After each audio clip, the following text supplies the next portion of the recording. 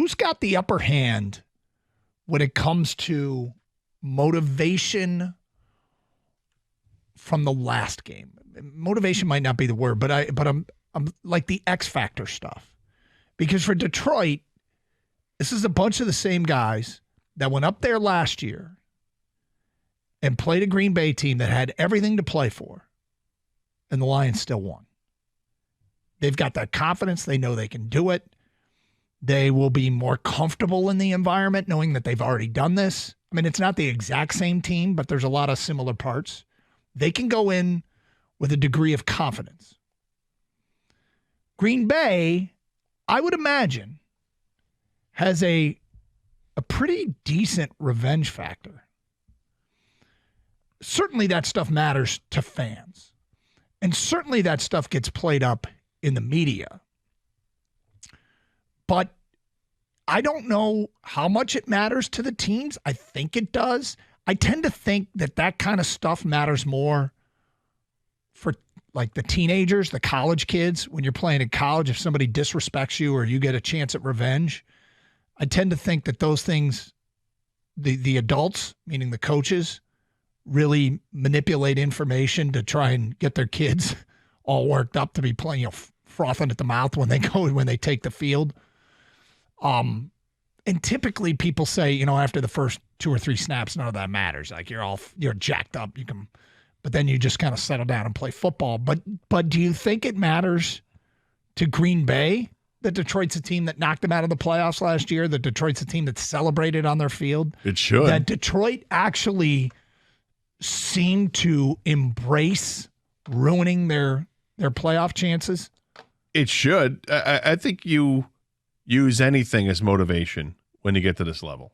And you could use it at the high school level, whatever you want to do to be better. I mean, we saw how petty Michael Jordan was. Mm-hmm. He would just make stuff up to get angry about to serve as motivation. And I do think that there are probably a lot of athletes that feel that way. But as a team, if you're the Packers and you're trying to motivate this team, you 100% play into that. This is the team that kept us from doing what we wanted to do. Or you can spin that narrative and say, it wasn't that team. They didn't keep us out. You know who kept us out? We kept us out. We have to be better. Use that as motivation. Don't fail on the field like we did last year. They didn't beat us. We beat ourselves. And you do whatever you want to do like that.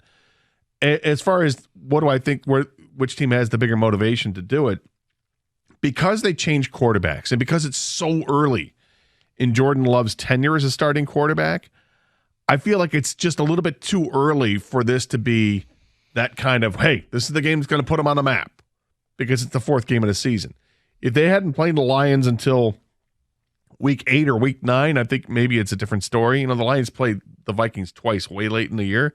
If it were that type of thing, I think there's more of a case for it. But because he's so young into his career at Jordan Love, that I just don't see it being as much of a motivating factor.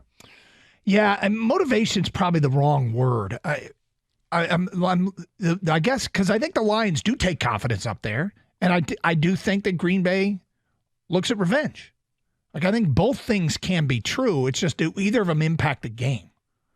Like does the Lions walking in there with a swagger and a confidence mean more or less than the Green Bay motivation for revenge? And it's not do or die for anybody. It feels like an early season big game showdown. And Goff told us yesterday, yeah, they're feeling that energy. I think for the Packers, you look at it this way. This is unfamiliar territory for Green Bay in our lifetime, really. Yeah. That they go into a game against the Lions and say, this is the standard we have to beat. Like they have to do that. They have to talk themselves into it. This is a big game for Green Bay, right? Mm-hmm. I mean, don't know how good the Packers are, but you expect the Lions to be the team that wins the division. So do something about it. I don't need to give them any ammunition of how they should motivate their team. But yeah, that's how you do it. I'm going to guess they're not listening, but my cousin's listening. That's enough. Well, that's true. But he's not likely to pass it along to the football team, is he? I can't remember where I saw it, but it was somewhere on Twitter that said it's like the first time in 40 years that the Lions are favored going to Green Bay when Green Bay isn't starting a backup quarterback. So it is uncharted territory. Like, this is their starting quarterback, and the Lions just organically are favored in Green Bay. Yeah, and so it is first in lifetime for a lot of people here. And going the other way, the motivation for the Lions, look, they've got all the motivation in the world just to continue to win this division, because all the goals are in front of them. And you have to keep winning games to achieve those goals and put some distance between yourself and the rest of the division. I think another motivating factor, if you're Dan Campbell, if you want to play into this, you can say, look, guys, there are people that are, looking at this game and they're dying to see us fail. They're dying to see us stumble in Green Bay like this organization has done in the past. We're and then you turned it into, we're past all that. We're no longer part of that losing mentality. Are you talking about this as you fabricate this, or do you really think there are people? Do you really believe? I think absolutely there are people that are waiting to see this team fail. I think there are Lions fans, people that live here that call into our shows that are expecting this team to fall on their face at some point, like they did in week 2 against Seattle, because they came out.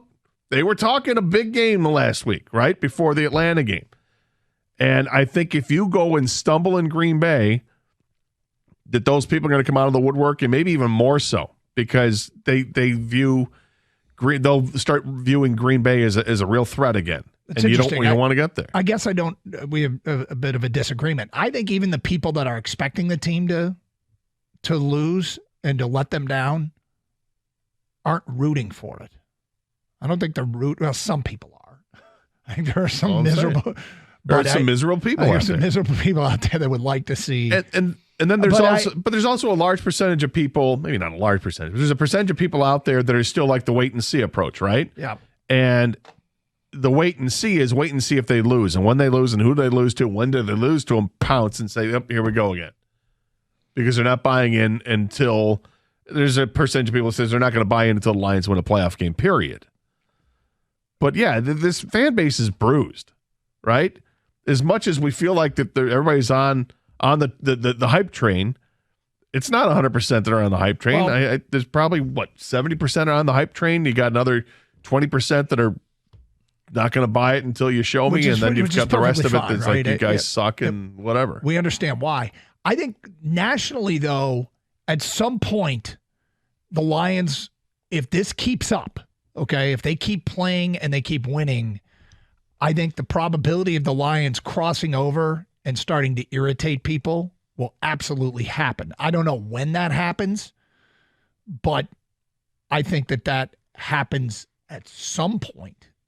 Because, I mean, look, it happened with Deion quickly. I think some people are already sick of the Travis Kelce, Taylor Swift story. When something gets too much attention, and you're like, hey, there's other games being played in baseball other than the Yankees versus the Red Sox, ESPN, right? I mean, the people get fed up. There are some people that don't like Tua. It gets stories shoved down their throats. The bottom line here is, I don't think Detroit has gotten to that point yet. I think they're still kind of a likable group outside of Detroit. I mean, but like I said, that'll change at some point.